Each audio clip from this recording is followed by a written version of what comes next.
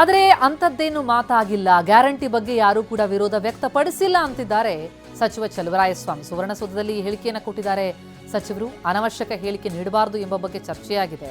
Guarantee ಅನುಕೂಲದ ಬಗ್ಗೆ ತಿಳಿಸ್ತಿದ್ರೆ ಪ್ರಯೋಜನ ಆಗಲ್ಲ ಅಂತಿದ್ದಾರೆ ಸಚಿವರು.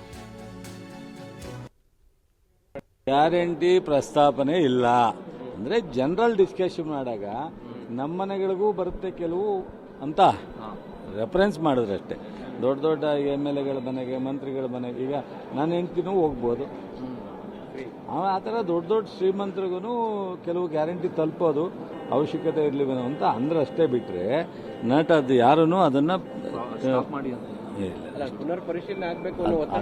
ಅದನ್ನು ಏನು ಹೇಳಲಿಲ್ಲ.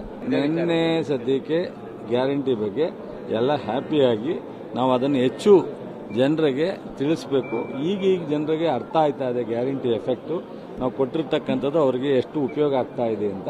ಅದನ್ನು ನಾವು ಪ್ರತಿ ಹಳ್ಳಿನಲ್ಲಿ ಹೋದಾಗ, ಪ್ರತಿ ಸಮಾರಂಭದಲ್ಲಿ ಹೋದಾಗ ಮಾತನಾಡಬೇಕು. ಮಾತನಾಡದೇ ಇದ್ರೆ ಅದರ ಉಪಯೋಗ ನಮಗೆ ತಗೊಳಕ್ಕಾಗಲ್ಲ ಅನ್ನೋ ರೀತಿಯಲ್ಲಿ ಚರ್ಚೆ ಮಾಡಿದ್ರು. ಆ ಸಂದರ್ಭದಲ್ಲಿ ದೊಡ್ಡ ದೊಡ್ಡ ಶ್ರೀಮಂತರಿಗೂ ಹೋಗ್ತಕ್ಕಂಥದ್ದು ಇದರಲ್ಲಿ ಅನುಕೂಲ ಆಗ್ತಾ ಇದೆ ಬಡವರು ಜೊತೆಗೆ ಅಂತ.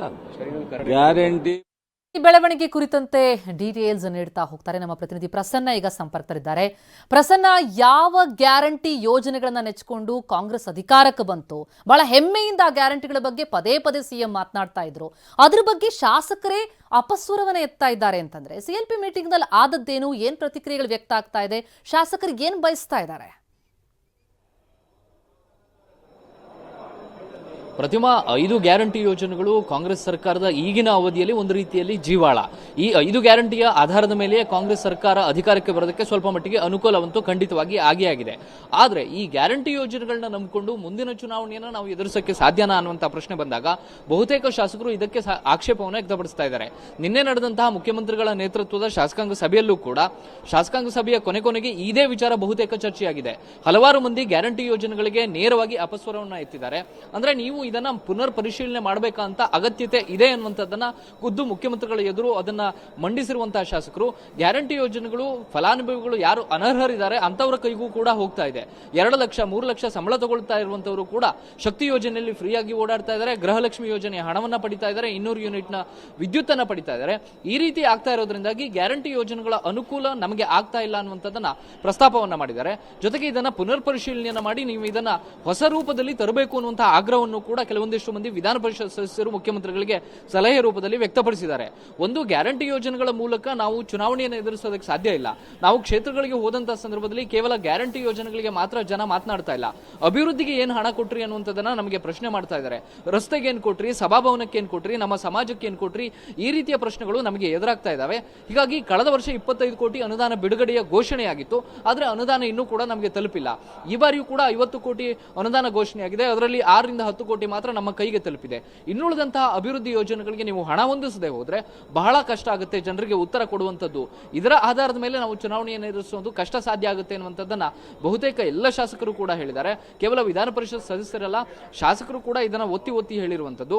ಗ್ಯಾರಂಟಿ ಯೋಜನೆಗಳ ಬಗ್ಗೆ ನೀವು ಪುನರ್ ಪರಿಶೀಲನೆ ಮಾಡದೆ ಹೋದ್ರೆ ನಮಗೆ ಚುನಾವಣೆಯನ್ನ ಮತ್ತೆ ಗೆಲ್ಲುವಂತಹ ಗ್ಯಾರಂಟಿ ಏನು ಅನ್ನುವಂಥದ್ದನ್ನು ಕೂಡ ಕೆಲವು ಶಾಸಕರು ಪ್ರಶ್ನೆಯನ್ನ ಮಾಡಿದ್ದಾರೆ.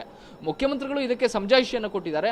ನಾವು ಗ್ಯಾರಂಟಿ ಯೋಜನೆಗಳ ಜೊತೆಗೆ ಅಭಿವೃದ್ಧಿಗೂ ಕೂಡ ಹಣವನ್ನು ಕೊಡ್ತಾ ಇದೀವಿ ಅನ್ನುವಂತ ಮಾತನ್ನ ಹೇಳಿದ್ರು ಕೂಡ ಎಲ್ಲೋ ಒಂದು ಕಡೆ ಗ್ಯಾರಂಟಿ ಯೋಜನೆಗಳು ಕರ್ನಾಟಕ ಸರ್ಕಾರಕ್ಕೆ, ಕಾಂಗ್ರೆಸ್ ಸರ್ಕಾರಕ್ಕೆ ಸ್ವಲ್ಪ ಮಟ್ಟಿಗೆ ಹೊರೆ ಆಗ್ತಿದೆ ಅನ್ನುವಂಥದ್ದು ಸ್ವತಃ ಕಾಂಗ್ರೆಸ್ ಶಾಸಕರಿಂದಲೇ ಬಹಿರಂಗವಾಗಿ ಈ ರೀತಿಯ ಅಭಿಪ್ರಾಯ ವ್ಯಕ್ತವಾಗ್ತಾ ಇರೋದ್ರಿಂದಾಗಿ ಇದು ಚರ್ಚೆಗೆ ಗ್ರಾಸವಾಗ್ತಾ ಇದೆ.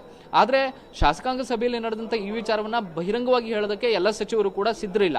ಹೌದು, ಗ್ಯಾರಂಟಿ ಯೋಜನೆ ಬಗ್ಗೆ ಚರ್ಚೆ ಆಯಿತು, ಆದ್ರೆ ಯಾರು ವಿರೋಧಿಸಿಲ್ಲ ಅನ್ನುವಂತ ಒಂದಷ್ಟು ಸಮಜಾಯಿಷಿ ಕೊಡುವಂತ ಕೆಲಸವನ್ನ ಸಚಿವರು ಮಾಡ್ತಾ ಇದ್ದಾರೆ.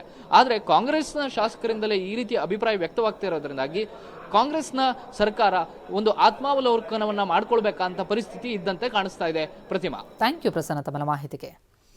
ಎಸ್, ಶಾಸಕಾಂಗ ಸಭೆಯಲ್ಲಿ CLP ಮೀಟಿಂಗ್ನಲ್ಲಿ ನಡೆದಂಥದ್ದು ಪ್ರಮುಖವಾಗಿ ಶಾಸಕರುಗಳು ತಮ್ಮ ಅಸಮಾಧಾನವನ್ನ ಗ್ಯಾರಂಟಿಗಳ ಬಗ್ಗೆ ವ್ಯಕ್ತಪಡಿಸಿದ್ದಾರೆ ಸಿಎಂ ಎದುರುಗಡೆ. ಅಂದರೆ ಇದರಲ್ಲಿ ನಾವು ಪುನರ್ ಪರಿಶೀಲನೆ ಮಾಡಿ ಕೆಲ ಬದಲಾವಣೆಗಳನ್ನ ತರದೆ ಹೋದರೆ ಮುಂದಿನ ದಿನಗಳಲ್ಲಿ ಬಹಳ ಕಷ್ಟಕರ ಆಗುತ್ತೆ.